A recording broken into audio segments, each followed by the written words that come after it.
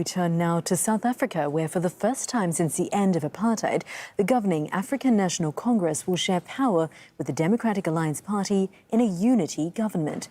Well, what you're looking at now are live pictures from Cape Town, where South Africa's newly elected parliament is holding its first session, meeting for the first time since last month's election. Well, Cyril Ramaphosa has just been nominated for the presidency. He is expected to receive a second term as president. Ramaphosa's party, a reminder, the ANC, lost its majority in last month's election. Well, let's bring in Fahmida Miller now, live from Cape Town. Good to see you, Fahmida. Cyril Ramaphosa has been nominated. What do we make of this nomination?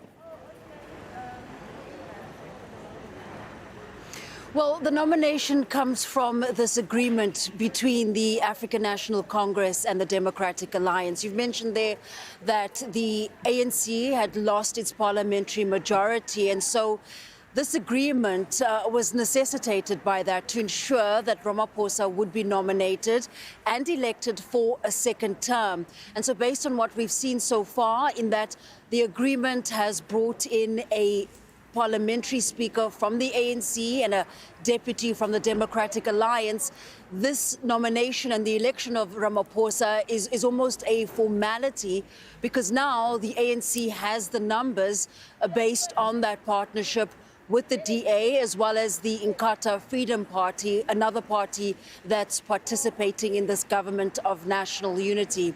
The ANC has been in a very challenging position because of the losses it's had following that election, in that it got just about 40% of the vote and wouldn't have a parliamentary majority. But that agreement now allows for this nomination and election of Ramaphosa. We expect voting to start any time from now, and then the Speaker will likely announce that he has been elected president. Fahmida, it certainly sounds like a dynamic situation.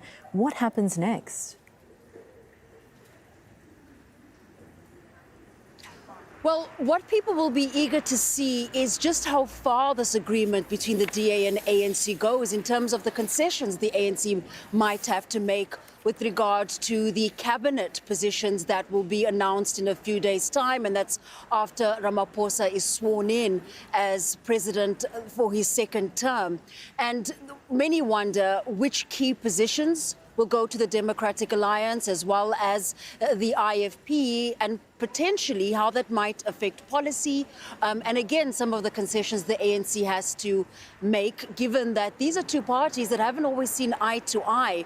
In fact, the Democratic Alliance historically has opposed almost all the ANC's amendments to laws or changes of policies that they've wanted to put in place. And they do have difficulties in terms of very important policies regarding labor, taxation, immigration and borders, and even issues like foreign policy, which includes South Africa's stance on Palestine, for example, where the ANC is supportive of the Palestinian cause. The DA has been fairly ambiguous. Just one of many examples of these two parties now having to reach consensus and potentially far more consultation between the two of them to have a stable government. Right, that's Fahmida Miller reporting there from Cape Town. Fahmida, thank you.